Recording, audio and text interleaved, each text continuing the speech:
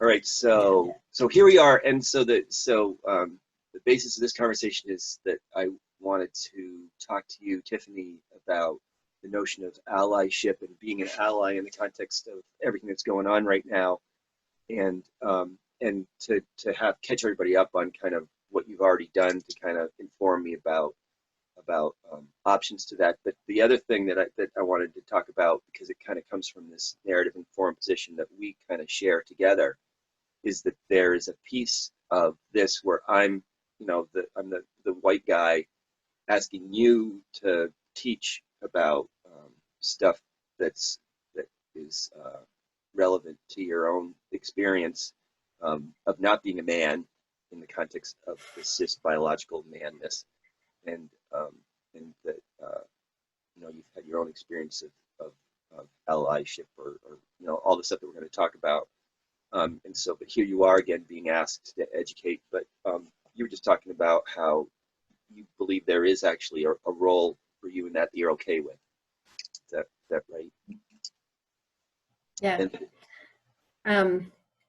So I'm Tiffany, and my pronouns are they, them. I'm a non-binary white settler here on Treaty 7 land. So the land that I live on is traditionally the territory of the Blackfoot Confederacy, including the Siksika, Kainai, and Piikani First Nations, as well as the Tsuut'ina First Nation, and the Stoney Nakoda, which includes the Chiniki, Bears Pond, Wesley First Nations. And this is also the land of the Métis Nation of Alberta Region 3. So I'm here as an uninvited guest. And I'm also tied really tightly to practices of white supremacy and colonization. I have, missionaries in my family. That has been a tool of white supremacy and colonization. And my family, some parts of my family arrived here as refugees, and some parts of my family arrived here as colonizers. And like so many folks, there's complexity in the story of how I got here, but I can't get away from the fact that in all instances, me being here is an act of displacement. So I think like having conversations about whiteness and about how to be in solidarity with Black and Indigenous and Brown communities, like that's just part of what I need to do, because my ancestors RSVP'd me for this work when they made some of the choices that they made. I love that. That's like, yeah, amen. That's cool. And on that note, I also want to acknowledge the fact that I'm on land where people were displaced. The Wabanaki folks are the people that we're most familiar with, although there's Penobscot folks right up the river. And unfortunately, because of the way that the colonization went down in this specific area, literally there was mass death 40 miles inland. And so it's not even really clear who exactly was here before my ancestors showed up. But I do know that there's a strong commitment or a strong connection with the Wabanaki folks, who for the most part kind of went up towards Canada when trying to escape what was going on here. But want to acknowledge that that I'm also situated on land where people were displaced. But and so I really like this, and it's actually the idea of solidarity, I think, that was transformative in the context of allyship. So I literally asked you, again, to educate me about this notion of allyship and resources that I might use to even understand how that was done. And so, and your response was about moving away from that position. And I don't know. So in the context of solidarity or the RSVP that you're responding to, what do you want to start talking about? So I facilitate a community group for bisexual, pansexual, and asexual folks. And every year we have an annual conversation. July will be our third of these, on the topic of how we do solidarity as a community. And so we frame it as being in solidarity both with folks within our community who might have more or different marginalizations than we do ourselves, and also with folks outside of our community who might be more or differently marginalized than we are ourselves. So that means we are having conversations about how do the white folks in Possibilities, that's the name of the group, be in solidarity with the folks of color in the group, Indigenous and Black and Brown. There are bisexual, pansexual, and asexual people in every community, but often our community in the media looks very white, and part of that is because of lack of being actively in solidarity with other communities. Same thing, how do the cisgender folks in our community be in solidarity with the trans and non-binary and intersex folks? How do the male folks be in solidarity with women and non-binary folks and trans folks, the cis men? Yeah, so there's all these different things, and all of these considerations exist actually in every community. So when I'm thinking about solidarity, it's like, how do I actually recognize the web of privilege and oppression that is around me, and then how can I step lightly in that so that I'm not contributing to harm, and so that I am, as much as possible, contributing to justice. So there's so much in what you just said. The contributing to justice, I didn't even write down, but the stepping lightly. What do you mean by stepping lightly? So this, I don't know if this will be helpful for me. I apologize if it's not. This has been helpful for me.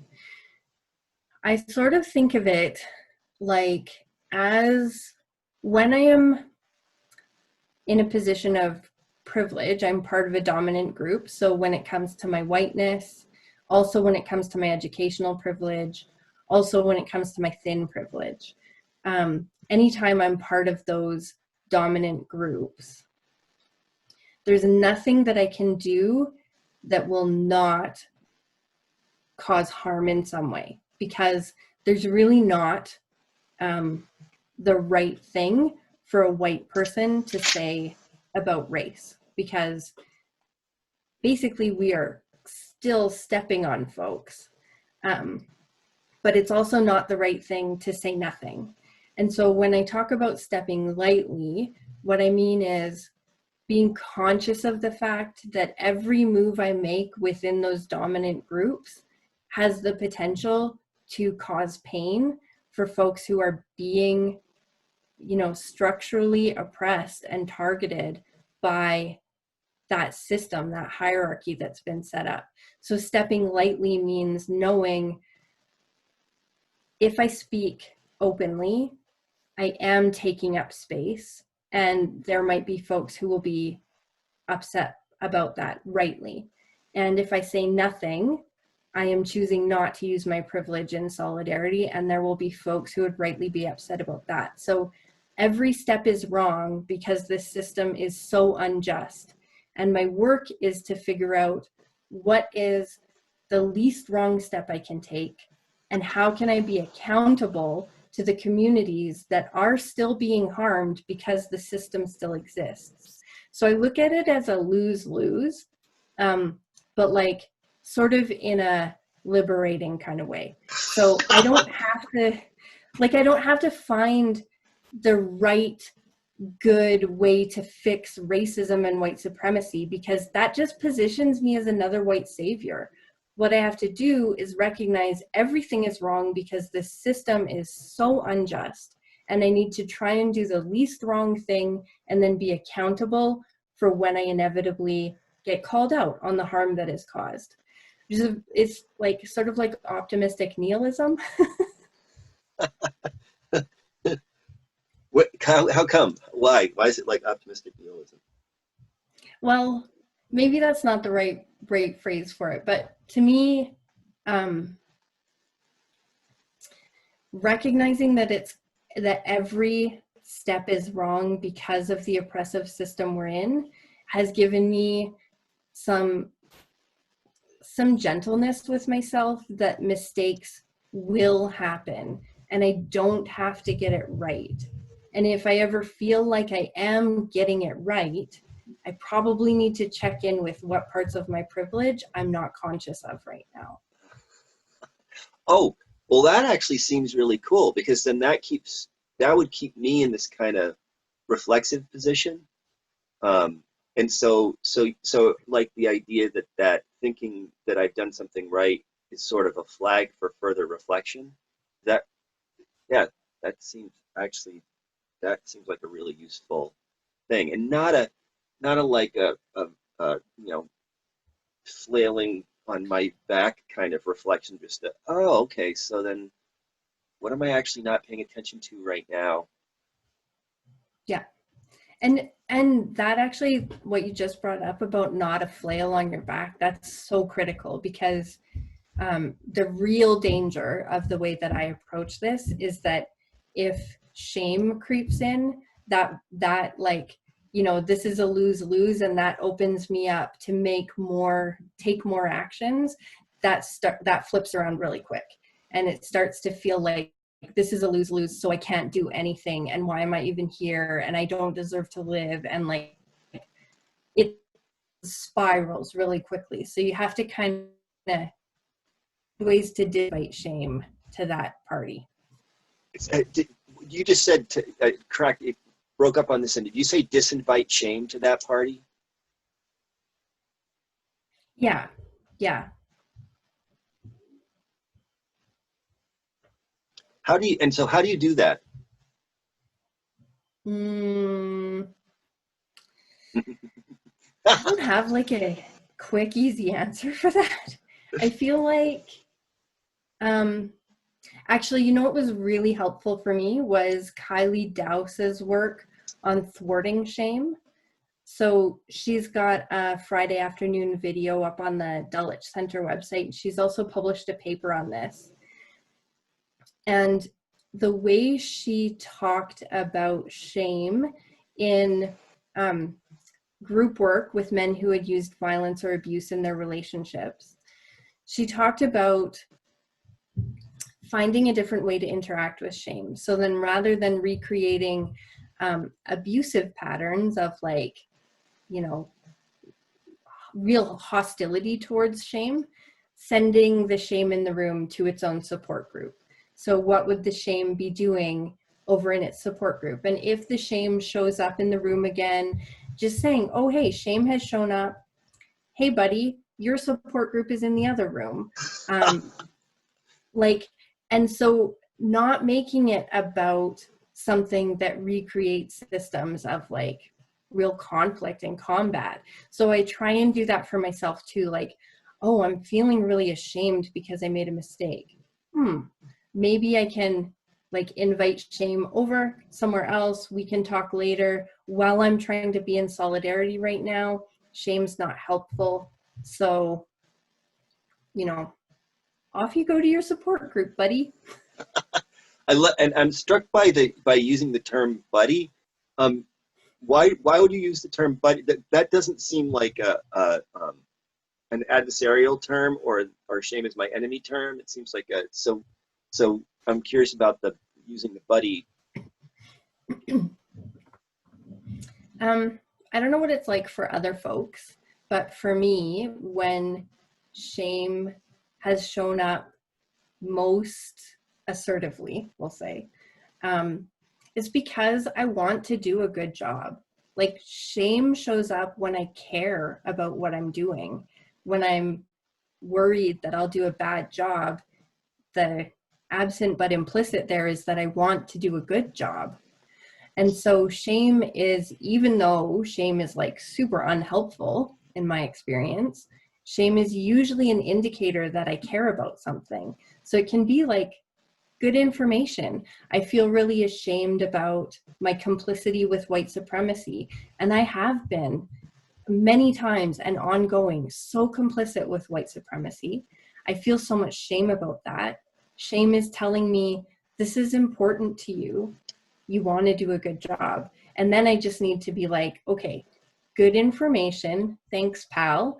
That's as much as you can do right now. Go have a snack. Go have a snack. Because the cool. So what you're saying, which I'm really liking, is that you acknowledge that absent but implicit piece, but then you also recognize that if shame continues to hang out and do what it does, then ultimately the consequences are not consistent with what you want to be doing in the first place. Yeah. So And And also, those consequences, they're not what shame wants either. Shame wants me to do a good job and just is, not particularly helpful in that. So, in the end, if I can disinvite shame, if I can find a way to shift that, then both me and my shame, which is there because I care, we get what we want. Whereas if we like hang out together and I let shame really influence me, neither of us gets what we want. do you have ideas about how that happens in the context of your experience? How the outcome of those, because talking about lose lose, sort of the outcome of your intentions and shame's intentions are ultimately not consistent with what you wanted in the first place. Do you have ideas about how that happens? Hmm. How the outcomes go poorly, you mean? Yeah, and that ultimately shame, like, it has this capacity to put you in this reflexive place. It's really useful, but if you and shame keep working together, it's not going to go. It's gonna go south. You listed this whole, I'm going to kill myself, and there's nothing I can do, and how. Yeah. Um, I can give you an example from my very recent, like 3 days ago, life. Um, so I'm part of a group chat, and the group chat includes folks from not just Canada, so all over the place. And someone in the chat mentioned, because one of us had given a land acknowledgement for where we're at, and then someone in the chat said, it sounds like people do land acknowledgements in Canada a lot more frequently than they do down here in the States. And so I responded to that, and like talking about being in a lose-lose position where when you don't have the lived experience, you're going to step wrong.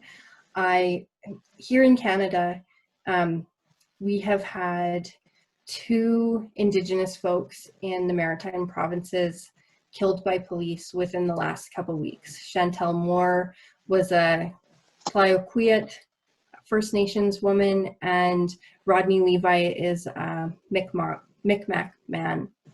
And so they were both killed within the last couple of weeks. And we've also had incredible escalation of anti-Indigenous violence in response to pipeline protests, including Manuel Cannahouse is a land defender near Wet'suwet'en, and someone drove a truck through her house. And that happened just recently. So this question was asked about Canada doing land acknowledgements, and I had a strong desire to be in solidarity with the Indigenous folks in that group and to say, we might do land acknowledgements, but we are also still an incredibly violent anti-Indigenous space. But what I said was the numbers of people that have been killed. So 9 Indigenous folks this year have been killed by police. And I said it like that. I posted it.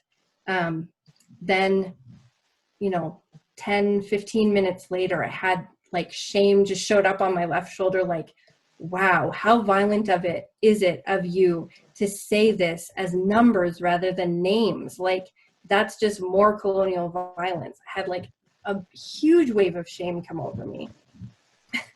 I posted in the group, I apologized to the Indigenous group members. I did say the names, and said, like, not saying the names, making it about numbers is more colonial violence. But I was still really under the influence of that shame. So then, like, I sent personal messages to Indigenous people in the group to apologize. And like, that's where shame can really take things sideways, because there I'm like asking for absolution, Right. right? Like, because I want to assuage my feelings of shame, I want to feel less ashamed. What I wish I had done is recognized, okay, shame is here, has something really valid to say. I needed to pause before I sent that first message. I should have included the names. Okay, that's good. Correct that. That's good. But then be able to say, all right, buddy, you've been really helpful, but now I need to take a breath before I keep going down this track, because here I am popping into people's, you know, private messages, asking them to forgive me. Like, that's not cool. And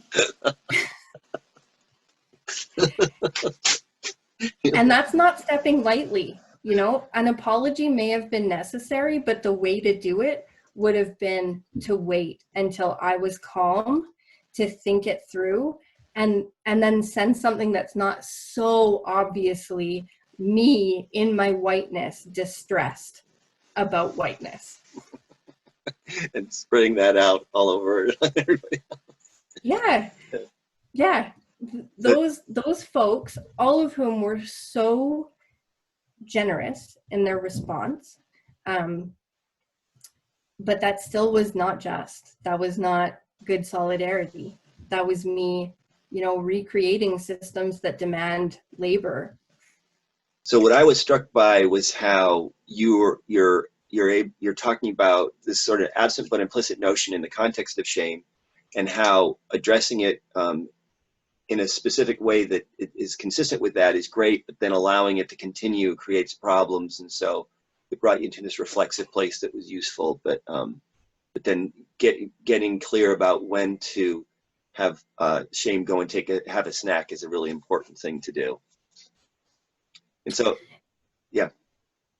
I was just gonna, because I'm thinking how solidarity requires accountability, because acts of solidarity from us in our privileged positions with communities who are more or differently marginalized than we are ourselves, they will always include making mistakes.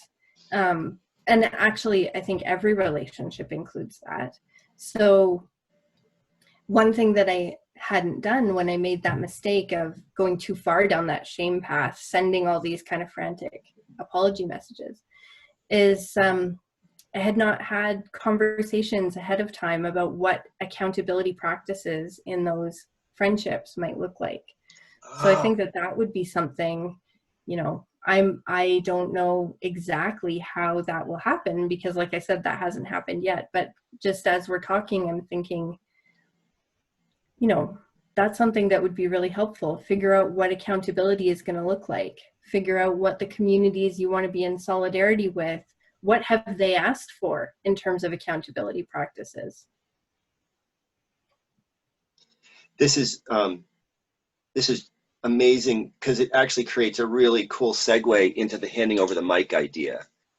Because for folks who aren't familiar with narrative ideas, a lot of what we're familiar with is kind of how to create accountability practice that's not requiring the person you want to be accountable to fix that problem for us. And it's linked to the stuff that you were just talking about in the context of shame as well.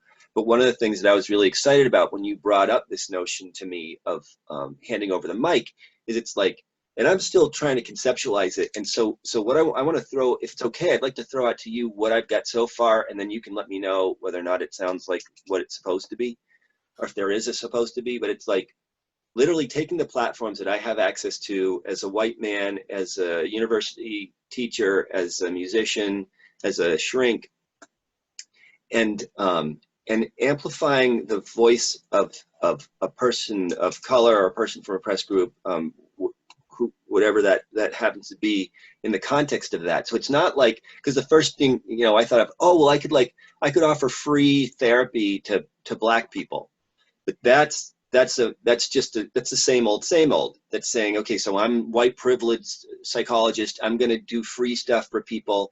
And it also assumes, there's a video that I watched in the process of all this where Black people were conversing about conservative versus liberal ideas in the context of those. But what I was saying, why do people always think that Black people are poor?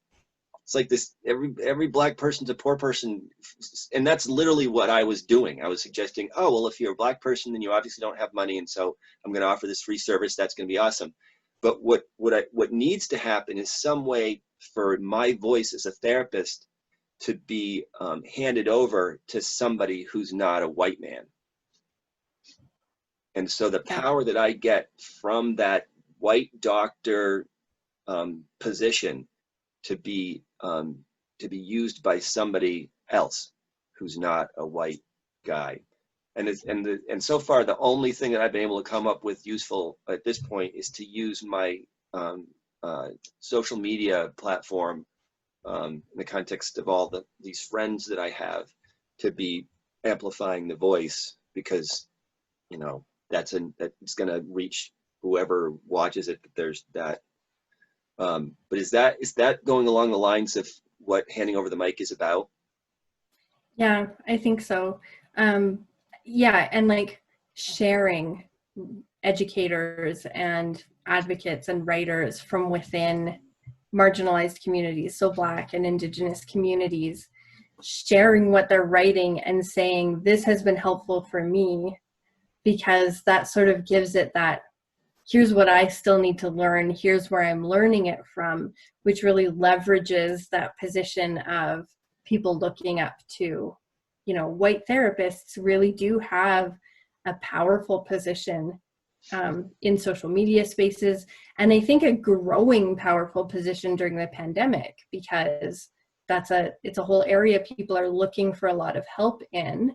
And if we can say, here's this Black educator that I have learned a ton from. So for me, that's like Adrienne Marie Brown, all of the work that she does, I have been so influenced by. So trying to amplify that and direct people back to her, buy her books, attend her workshops. Lolita Emerisha, same thing, like so profoundly influential in my own work. So then sharing. She just did a webinar 2 weeks ago, a week and a half ago. Time is very weird. Anyway, recently, it was fantastic. So then sharing that, making sure people know that that's happening, being willing to talk with people to say, like, read this or watch this video, and then if you have questions, let's talk about it. Yeah. And that's, it's funny because even the sharing,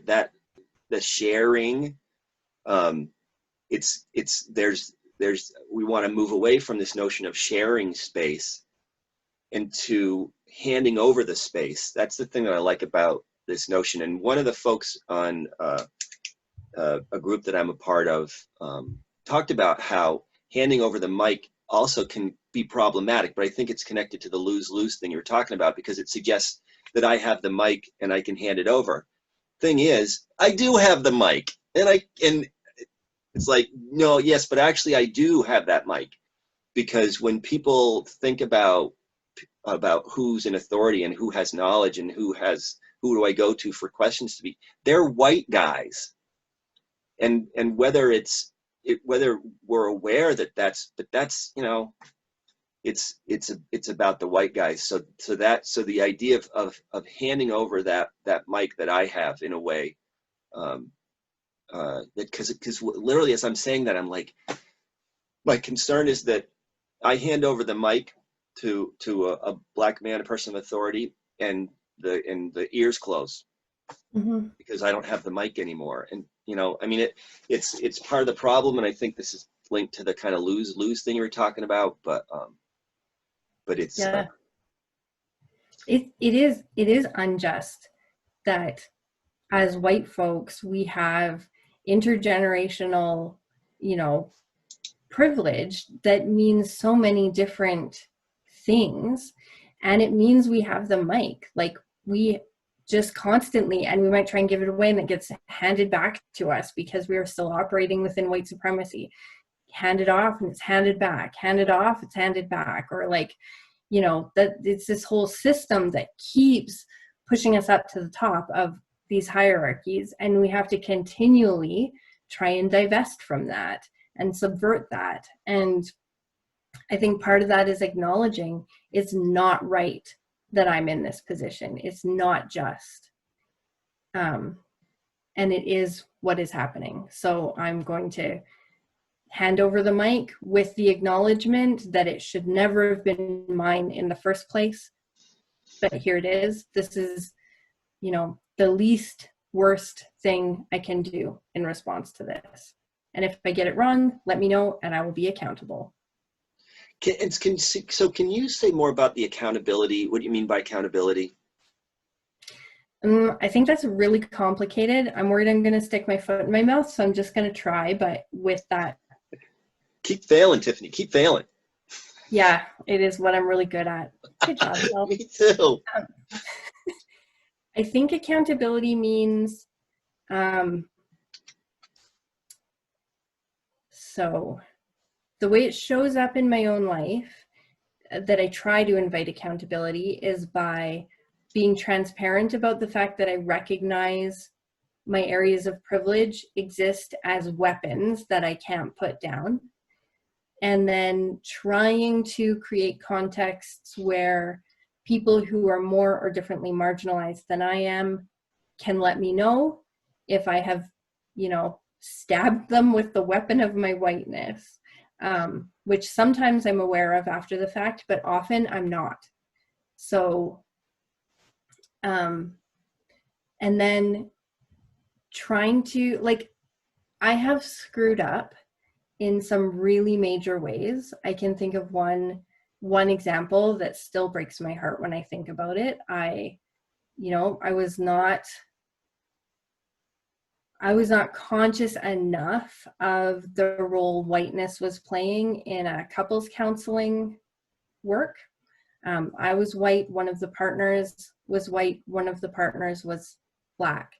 And I was not conscious of how there was a lot of whiteness in that room, and it enacted a lot of harm on someone who will never trust me again, and I will not have an opportunity to correct that. And so in that case, I think accountability looks like continuing to work towards racial justice, even though there is this unresolvable problem because I broke that, I did that wrong in a way where there can't be personal accountability because there's no trust there. So I need to then be accountable to justice since I can't be personally accountable. And I think that's one way we can do accountability. And if we can do accountability in our personal relationships, that looks a bunch of different ways and requires some negotiation and discussion, and a willingness to course correct if it's not working out. So I'm lucky enough to have some folks in my life who are, Black or Indigenous, that I can make mistakes. They can let me know about those mistakes. I can go and educate myself so that I don't do the same thing again. That's an incredible gift, but we don't always have that in our solidarity work. Sometimes we can't be personally accountable because that actually requires a lot of trust and a lot of effort on the part of the person we're being accountable to. So then to the community, to the idea of justice, keep doing the work even if someone really hates you. What do you mean? I mean, if you've messed up and if someone's story of who you are is always going to be that you acted in collusion with whiteness in a way that harmed them and they're never going to trust you, accountability in that case, I think, means that we still work towards racial justice, even if that means we're never going to be able to convince that person that we're trustworthy because in fact we were not. Yeah. And that's another of those situations where we have to, in my opinion, we have to learn how to really be in conversation with our shame to keep it out of the spaces where it's not helpful. Yeah, I really love that idea, and I'm distracted by something that you said about how, and I'm bummed that I didn't write it down because it was about this notion of how accountability negotiating accountability can sometimes put the person that you're trying to be accountable to in an unfair position. Can you talk about that a little bit more? Yeah, like, so an accountability process, like an accountability pod or any kind of restorative or transformative justice work, that's a lot of effort on the part of the person who has caused harm and the person who has been harmed.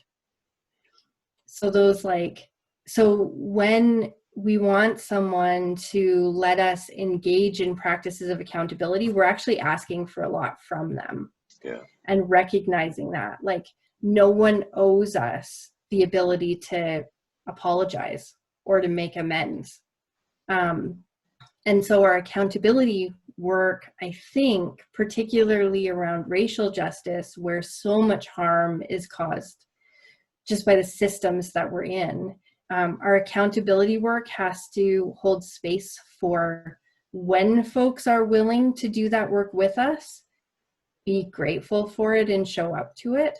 And when they're not, be accountable to, the community or to the idea of justice instead, because maybe there's not an individual or a few individuals who will have a conversation with us. I experienced that because, literally the Penobscot folks are 4 hours, I think 4 hours north of here. And the number of, I've said this to other folks, it's been over 10 years that I've been in private practice in this area, and I've had 3 people who aren't white in my practice in that entire time. And so it's a very kind of white place that we live in. So the idea that folks would have friendships with people who aren't white is possible, but it's just very rare around here. So yeah, so because then it would be, not only I'd have to like approach somebody who I don't even know and then have a conversation, and it's just like it's way beyond anything that seems like it would be more work on their part than mine to even take that up. So yes, the idea of accountability to community creates possibility for that conversation to happen that doesn't require another imposition. I think the other thing that we can do to be accountable is to show up to events. So like, if there's something the Penobscot folks are doing, there's a public event, showing up, if you're invited, like if it's an open public event. Right. But like not crashing parties. Yeah, that's probably not good. But like, we've been doing that since we showed up. Right, exactly. But like, so I consider Michelle Robinson, she's a Dene woman here in Calgary. I consider her one of my most influential friends, and she has said multiple times, like, my ancestors welcomed your ancestors, and it is not my fault that your ancestors were assholes. So like, there is still an ethic of welcome that I have really witnessed in so many Indigenous communities. And if you're willing to show up, like, I don't know what they have that's the equivalent in May here in Canada, missing and murdered Indigenous women, girls, and Two-Spirit folks. It is an epidemic. It is generations long, and every year there are marches and gatherings and commemorating, and just show up as a white person. If there's an event, show up. Don't plan on talking, don't plan on making friends, just show up. And if you show up often enough and demonstrate that you're willing to show up and not be a jerk while you're there, relationships grow in those spaces in ways that aren't extractive. Like, hey, can you teach me about what I don't know? You just show up and start listening. And then if you hear something that, you're not sure about, go home and Google it. Like, there are ways to start building those relationships, even if you are in a really white space, because whiteness is actually never as all encompassing as it looks like. people of color, they're like, they exist everywhere. There is nowhere that is purely white. Yeah. We just have to find ways to like show up. Yeah.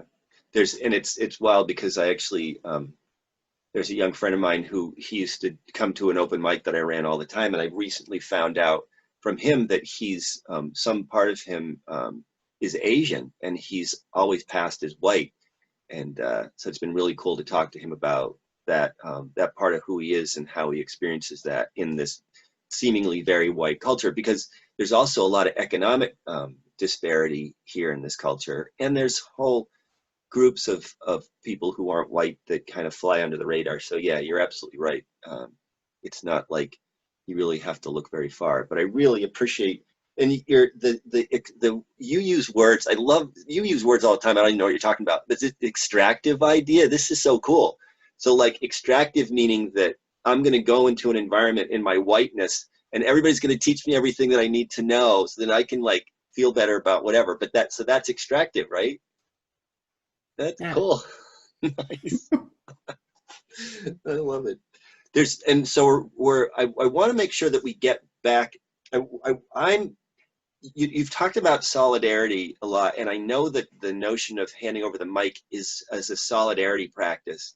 And I also am aware that my kind of sense of solidarity is completely based in I'm right in there with you, then I'm going to go home and be completely safe in my white land. Um, and that I'm sure that is not the kind of solidarity that you're talking about. So when you talk, yeah, what do you mean when you're talking about solidarity? Um, I actually do think that's partly what I'm talking about, because I don't think there's a way for us to not be able to go back to the comfort of our white homes. So recognizing that and naming that as an injustice, like this is something I have access to that other folks don't, that they should. Yeah, I think you're frozen, so I'm gonna stop talking. We're back, we're in and out. Wait a minute. This is good because I can write some stuff down.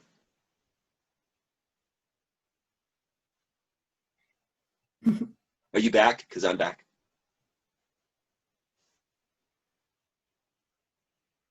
Okay, yeah, your video is still frozen, but if you can hear me, perfect. I can. Yeah, I think one of the biggest pieces for me is, sorry, go ahead. That was a long time ago. Keep talking. Now there's a lag. Um, yeah, but so the solidarity is going out and being in it with folks, and then when we come back to the comfort of our white homes, which we can't, like it doesn't actually help anyone for me to pretend that that's not what's happening. But then when I come back, what am I doing to make sure that I'm not just retreating into whiteness, but that I am, having conversations with my white family members when I am not, out trying to do solidarity side by side with communities of color? What's the solidarity I am enacting at home, my privileged spaces? What am I reading? What conversations am I having casually? Like, do I only acknowledge the land I'm on when it's a public space and someone's going to see me?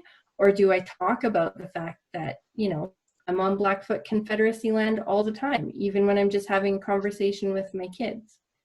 Not like I am doing 50 land acknowledgements a day, but like, is it part of my lived experience, even when I'm not public, even when I'm not, in a community group?